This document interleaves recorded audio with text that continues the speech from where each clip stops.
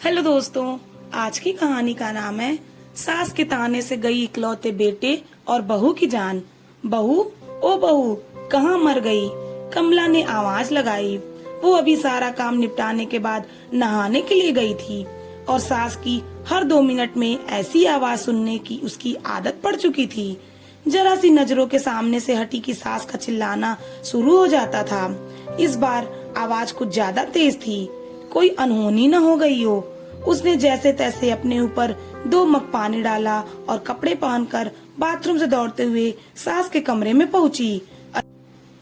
अरे मरी, तुझसे एक भी काम ठीक से नहीं होता। कमला देवी फिर चिल्लाई। क्या हुआ माँ जी? उसने डरते हुए पूछा।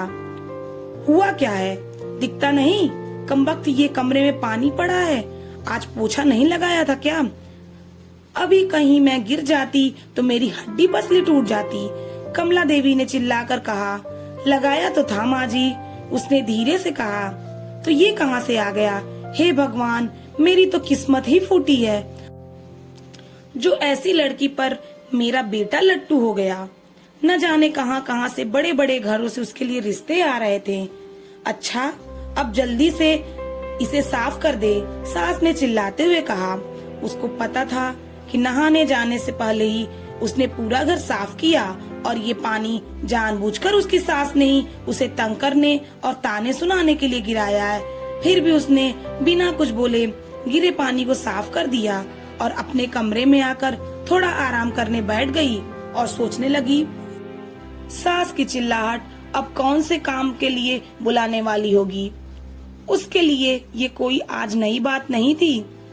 जब से वो शादी करके इस घर में आई थी, उसके पति के ऑफिस जाते ही ये रोज का नियम था। आज किसी बात पर, कल किसी बात पर, बस उसकी सास को एक बहाना चाहिए था।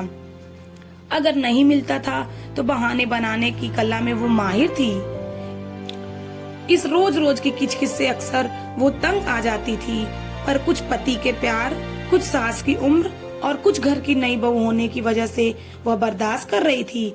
उसे खुद ही समझ नहीं आ रहा था कि उसके खुद के वजूद में इतना परिवर्तन कब और कैसे आया।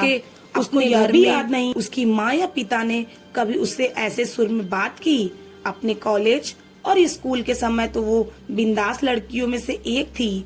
पूरे स्कूल या कॉलेज में कहीं भी किसी के साथ कोई गलत बात होती तो वह लड़ने के लिए सबसे आगे मिलती थी। किसी के भी हक के लिए वो पूरे सिस्टम से लड़ जाती थी, पर आज अपने ही खिलाफ हो रहे अन्याय को चुपचाप सह रही थी। सोचती थी, क्या यह शादी के मायने होते हैं जब एक लड़की को अपने स्वाभिमान और सम्मान को एक नए परिवार की सूली पर चढ़ा देना पड़ता है। शाम को पति के आने पर बहुत सारी बातें कहने का मन होता था।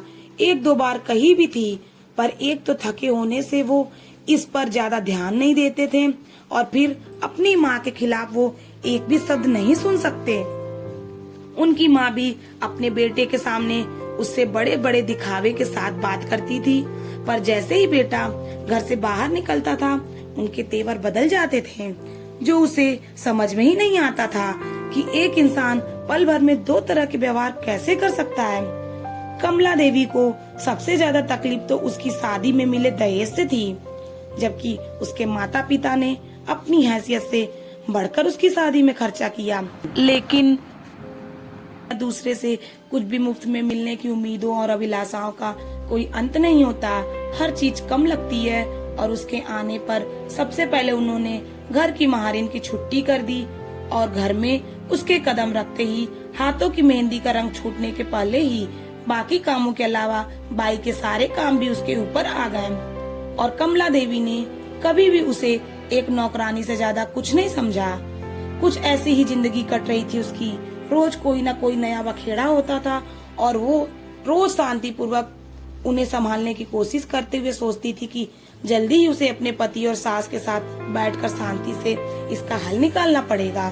पर बस रोज की ऐसी दिनचर्या के साथ बैठकर बात करने का समय नहीं मिल पा रहा था।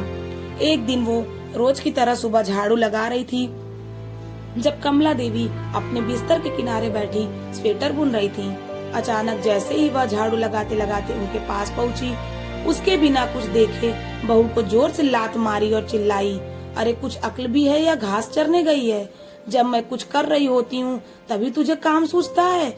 अभी ही मेरे कमरे में झाड़ू लगानी थी तुझे। क्या तुझे नहीं पता था कि मुझे धूल से कितनी एलर्जी है?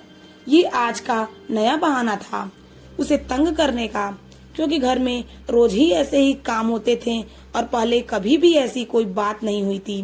फिर वो अपनी सास के व्यवहार को जानते हुए बहुत संभल के काम करती। वो उनके द्वारा दिखाई जगह पर सफाई के लिए जैसे ही थोड़ा झुकी, न जाने किस झोंक में कमला देवी ने जोर से पैर चलाया और वह बहू के कंधे पर जा लगा। जब तक वो खुद को संभालती, उसका सिर सामने की दीवार से जा टकराया और वह गिर पड़ी। कमला देवी चिल्ला उठी, क्या हुआ कलमुही, मर गई क्या? उठ क्यों नहीं रही है? बचा हुआ काम कौन करेगा, चल उठ। वो उनकी कुछ बातें सुन तो रही थी पर समझ में कुछ नहीं आ रहा था और बड़ी हिम्मत करके जैसे तैसे वो उठने की कोशिश कर ही रही थी कि कमला देवी भी ने फिर ठोकर मार दी और सिर दोबारा दीवार में जा टकराया। इस बार बहू बेहोश हो गई थी। सास बड़बड़ाते हुए कोसती रही। जब नहीं उठी तो कमला देवी के हाथ पैर फूलने लगे। वो तुरंत अपने बेटे को घर आने के लिए फोन करती है। पति उसे तुरंत हॉस्पिटल ले गया तो कमला देवी भी साथ साथ आई और एडमिट कराने के समय भी बड़बड़ाए जा रही थी। सब पता है इसके त्रिया चरित्र का, सब करने कराने के और मुझे तंग करने का नाटक है ताकि इसे घर का कोई काम न करना पड़े और हम सब इसकी सेवा करें। यूं तो उसका बेटा काफी दिनों से घर में जो चल रहा था सब देख और समझ रहा था, पर आज माँ के ऐसे व्यंग देखकर कुछ ज्यादा ही परेशान हो गया। लेकिन इस समय उसे अपनी पत्नी की जान बचाने की पड़ी थी।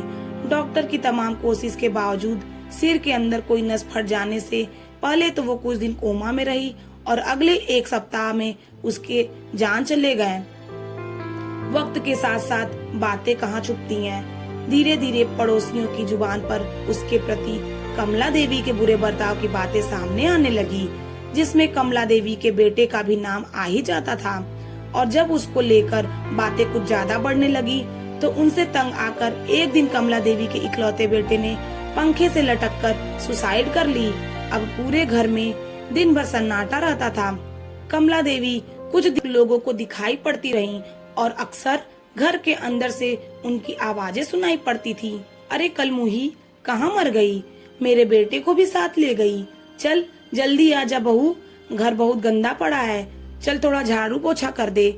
फिर उसी लय में रोते रोते उनकी आवाज सुनाई पड़ती थी, बहुत अच्छी बहू थी, कभी शिकायत नहीं करी, उसने अभी हॉस्पिटल में है, इलाज चल रहा है, मेरी वजह से उसका सिर फट गया था ना, मेरा बेटा भी उसी के पास है, लेकिन अब तो वह ठीक हो गई होगी, अरे कोई तो उन दोनों को वापस ले आओ। अब की उसे कुछ नहीं कहूंगी।